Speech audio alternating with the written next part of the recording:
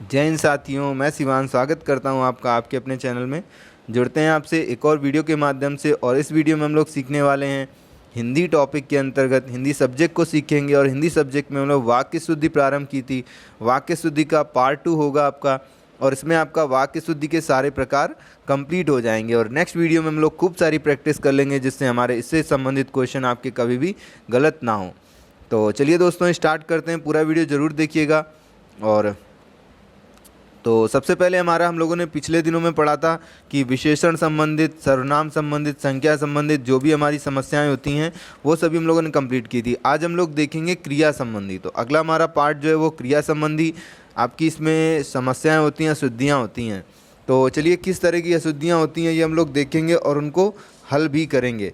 तो सबसे पहला क्वेश्चन है आपका, अपना हस्ताक्षर लगा दो। तो ये तो देखने में ही गलत लग रहा है आपको। तो लगा दो नहीं होता है, हस्ताक्षर क्या है? हस्ताक्षर किया जाता है ना। तो हस्ताक्षर लिखा नहीं जाता है, हस्ताक्षर दिया नहीं जाता है, हस्ताक्षर क्या किया जाता है। तो अपना हस्ताक्षर कर दो, है ना। वह लड़का मोटर हाँक सकता है। तो ये तो साफ साफ गलत लग रहा है ना। ये हाँक वर्ड यहाँ पर गलत है। क्या करेंगे? वह लड़का मोटर चला सकता है। मोटर चलाई जाती है, हाँकी नहीं जाती है। हाँके कौन जाते हैं? वे 10-12 पशु उठा ले गए। तो पशुओं को गोद में उठा के ले जाएंगे क्या? ऐसा इमेजिन कीजिए कि आपने एक भैंस को गोद में उठा रखा है, कितना मज़ा आएगा, है ना। तो वे 10-12 पशु उठा नहीं ले गए, क्या होगा? हाँक ले गए। तो हाँका किसे जाता है? पशुओं को। जबकि मोटर वगैरह क्या चलाई जाती है। ऐसे क्वेश्चन आपके क्रिया से संबंधित है ना, उठाना, हाँकना, लगाना। तो ये सारे आपके क्रिया संबंधी प्रश्न बन रहे हैं, जो आपकी त्रुटियाँ हैं। राधा ने माला गूंथ ली। तो गूंध ली, एक होता है गूंथना और एक होता है गूंधना। तो धा नहीं होगा, यहाँ पे क्या होगा? था होगा। माला गूंथी जाती है, था, है ना। तो माला गूंथ ली। वह कुर्ता डालकर गया है। तो कुर्ता डालकर गया है, ऐसा कुछ होता है क्या? कपड़े डाले जाते हैं सुखाने के लिए, जबकि शरीर पर जब डालते हैं तो उसे क्या है? पहनना कहते हैं। तो कुर्ता पहन कर गया है, डालकर नहीं गया है। तो कुर्ता पहन कर गया है। उपस्थित लोगों ने संकल्प लिया। तो संकल्प जो है वो लिया नहीं जाता है, संकल्प किया जाता है। याद रखिएगा थोड़ा सा, यदि कोई कन्फ्यूज़न है तो उसे दूर कीजिएगा, इसमें भी आपकी त्रुटि है। तो उपस्थित लोगों ने संकल्प किया। छोटी उम्र शिक्षा लेने के लिए है। ऐसा वाक्य में सही लग रहा है, लेकिन क्या है आपका? शिक्षा ली नहीं जाती, शिक्षा पाई जाती है ना, प्राप्त की जाती है। तो लेना अलग बात है और प्राप्त करना अलग बात है। भाव दोनों की एक ही हैं, लेकिन सेंस अलग अलग हो जाता है। तो छोटी उम्र शिक्षा पाने के लिए है, लेने के लिए नहीं। तो ये वाक्य आपका गलत होगा, यहाँ पाने के लिए यूज़ करेंगे। हमें यह सावधानी लेनी होगी। तो सावधानी लेते हैं क्या? ये तो साफ साफ गलत दिख रहा है। तो लेने की जगह क्या करेंगे? बरतनी। सावधानी बरतना वर्ड होता है ना, तो हमें यह सावधानी बरतनी होगी। लेने की जगह बरतनी वर्ड का प्रयोग करेंगे। तो इस तरह से आप क्रिया संबंधी त्रुटियां पहचान लेंगे। आशा करते हैं आपके जो क्वेश्चन आप देख रहे हैं, प्रैक्टिस कर रहे हैं, उसमें आपके क्वेश्चन आसानी से हो जाएंगे। चलिए, अव्यय संबंधी त्रुटियां देखते हैं। जो अव्यय होते हैं आपके, जो अन्य शब्द होते हैं, उससे संबंधित जो त्रुटियाँ बनती है एग्जाम में, वो क्लियर करेंगे हम लोग। तो सबसे पहला क्वेश्चन है, यह पत्र आपके अनुसार है। तो गलती दिख रही है अनुसार में, अनुसार नहीं होगा, किसी के अनुरूप होता है। तो यह पत्र आपके अनुरूप है, ये सही होगा। अनुसार गलत है। मैं पहुंचा ही था जबकि वह आ गया। त्रुटि दिख रही है ना आपको साफ साफ। मैं पहुंचा ही था जबकि, तो जबकि वर्ड का प्रयोग नहीं करेंगे, केवल किसका? की। मैं पहुंचा ही था कि वह आ गया। बहुत नॉर्मल सा क्वेश्चन है। की का प्रयोग करेंगे जब हटा देंगे। वह अत्यंत ही सुंदर है। तो यहाँ पे आपको क्या दिख रहा है? अत्यंत ही का क्या मीन्स है यार? तो यहाँ पे ये ही वर्ड गलत है। वह अत्यंत सुंदर है। नॉर्मल सा शब्द बोलिए, है ना, ज़बरदस्ती कुछ दबाव नहीं डालना है। तो वह अत्यंत सुंदर है। आसानी पूर्वक यह काम कर लिया। तो आसानी पूर्वक यह काम कर लिया, क्या लग रहा है? सही है कि गलत है? तो आसानी पूर्वक नहीं होगा, आसानी से यह काम कर लिया। या मैंने होता तो मैंने आसानी पूर्वक यह काम कर लिया, तब भी गलत होता। मैंने आसानी से यह काम कर लिया। आसानी से वर्ड होगा, आसानी पूर्वक नहीं होगा। पुस्तक विद्वतापूर्ण लिखी गई है। अब यहाँ पे विद्वतापूर्ण लिखा हुआ है ना, तो विद्वतापूर्ण नहीं होगा, क्या हो जाएगा? विद्वतापूर्वक। तो ये पूर्वक और पूर्ण वर्णों का यूज़ अच्छे से सीखिएगा दोस्तों, है ना।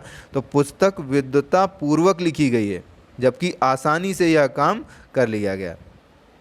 यह बात कदापि भी सत्य नहीं है, तो यह बात कदापि भी सत्य नहीं है, तो ये भी फिर से जैसे आपका अत्यंत ही था वैसे ही कदापि भी था, बोलने में अच्छा लगता है लेकिन ये वाक्य हिंदी में गलत होते हैं, अशुद्धियाँ होती हैं, त्रुटियाँ होती हैं। तो यह बात कदापि सत्य नहीं है।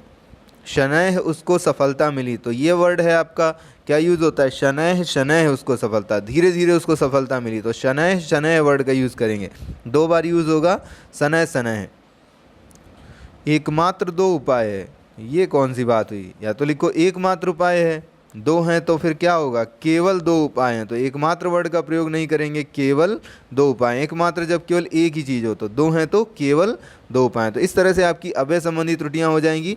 चलिए अब देखते हैं पदक्रम संबंधी त्रुटियाँ। पदक्रम में मतलब क्या त्रुटियाँ होंगी आपकी, पदों का क्रम इधर उधर होगा। तो चलिए देखते हैं, क्वेश्चन देखते हैं क्या बोलते हैं। किसी से पूछते हैं आप जाएंगे क्या, तो आप जाएंगे क्या, वैसे देखने में वाक्य सही लग रहा है लेकिन ये पदक्रम गलत है आपका। क्या क्या होगा, प्रारंभ में आएगा, तो क्या आप जाएंगे, प्रश्न ऐसे पूछेंगे। बोलने में कुछ भी बोल सकते हैं लेकिन जब हमें हिंदी लिखनी है तो हम लोग सही सही लिखेंगे, अशुद्धियाँ नहीं लिखेंगे। तो क्या आप जाएंगे।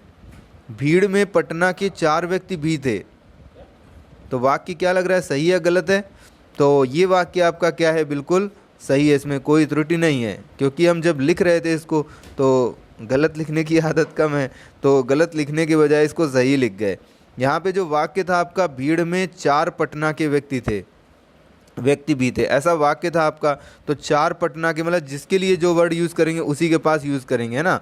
तो भीड़ में पटना के 4 व्यक्ति थे, बिल्कुल यह वाक्य आपका सही है। कितने व्यक्ति थे, 4 व्यक्ति थे, कहाँ के थे, पटना के थे, तो ये वाक्य बिल्कुल सही है आपका।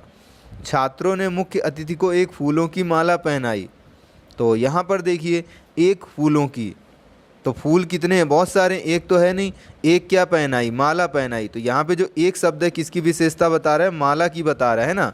जैसा यहाँ पे हमने आपको बताया पिछले वाक्य में, तो ये एक शब्द कहाँ होगा, यहाँ पर होगा आपका माला से पहले। तो छात्रों ने मुख्य अतिथि को फूलों की एक माला पहनाई, ये वाक्य आपका सही हो जाएगा। पद इधर उधर होंगे आपके। कई बैंक के कर्मचारियों ने प्रदर्शन किया, तो कई बैंक, ये कौन सी बात हुई, बैंक कई कर्मचारी, तो कई क्या है, कर्मचारी हैं, है ना। तो जिसकी विशेषता बता रहा है, बैंक के कई कर्मचारियों ने प्रदर्शन किया, है ना, ये वाक्य हो जाएगा आपका सही। तो इस तरह से क्या है, हम पदक्रम संबंधी त्रुटियां आसानी से पहचान लेंगे। देखने में ही हमें लग जाएगा गलत है, थोड़ा सा यदि ध्यान दे लेंगे तो और आसानी से हमारा क्वेश्चन हो जाएगा। चलिए पुनरुक्त या अधिपदत्व संबंधी त्रुटियां देखते हैं हम लोग।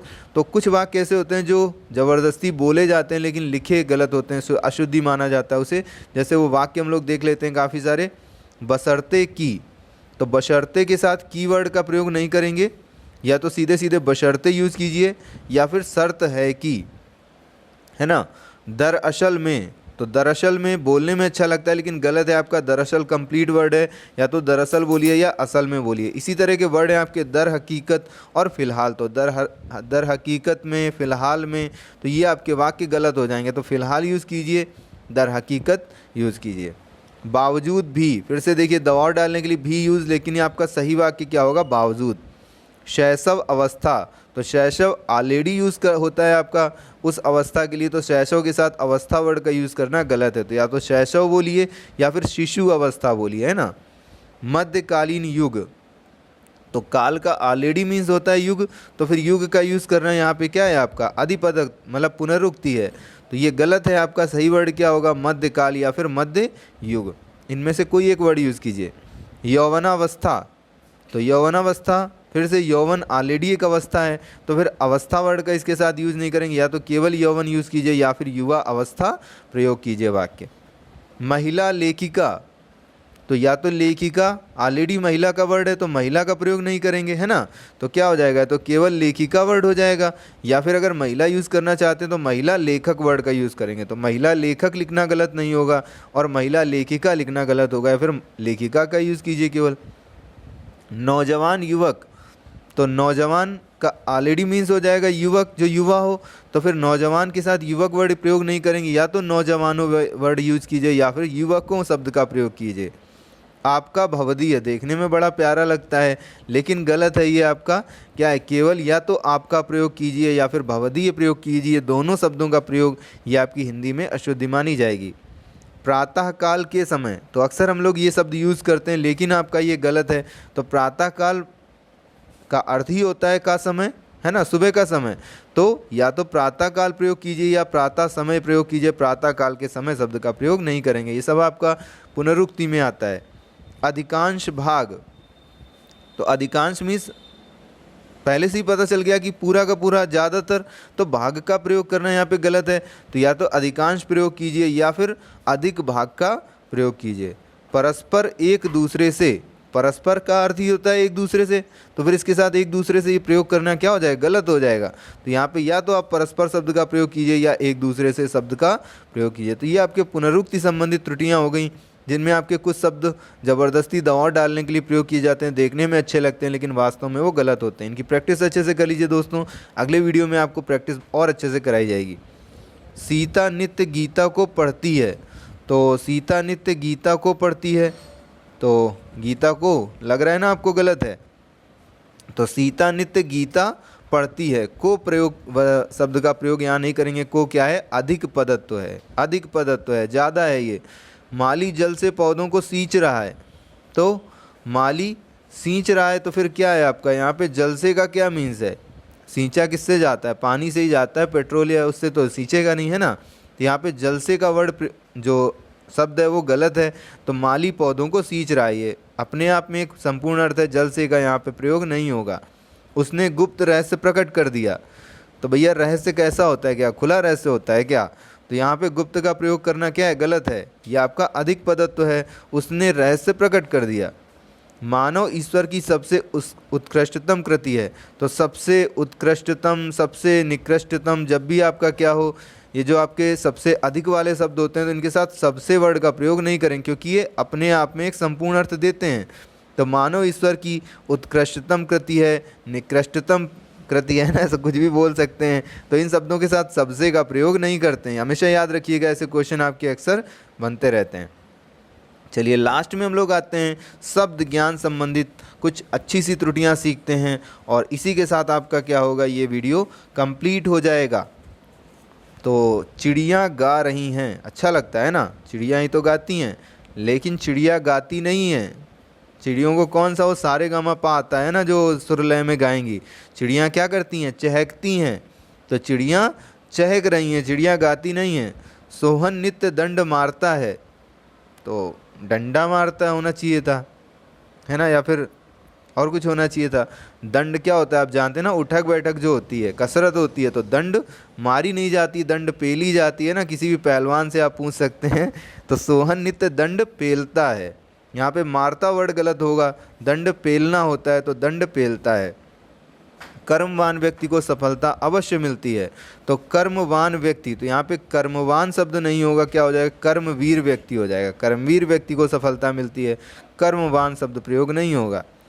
इस समय सीता की आयु 16 वर्ष है, देखने में अच्छा लग रहा है, सही लग रहा है, लेकिन ये गलत है। आपका आयु शब्द का प्रयोग नहीं करेंगे, उम्र या अवस्था शब्द का प्रयोग करेंगे। तो ये शब्द ज्ञान संबंधी हैं, ये आपको तब आएंगी जब आप ज़्यादा से ज़्यादा हिंदी की, शुद्ध हिंदी की बुक्स पढ़ेंगे। लाठी बड़ा उपयोगी अस्त्र है और बाण बड़ा उपयोगी शस्त्र है, तो ये अस्त्र और शस्त्र जानते हैं, कैसे सीखेंगे इसको हम लोग। जो भी ऐसा कोई हथियार जो हवा से जाए, किससे जाए, एयर से, ऐसे याद रखिए, हवा मतलब एयर से, तो एयर से जो भी आपका गति करेगा वो क्या हो जाएगा, एयर से, ए मतलब अस्त्र हो जाएगा।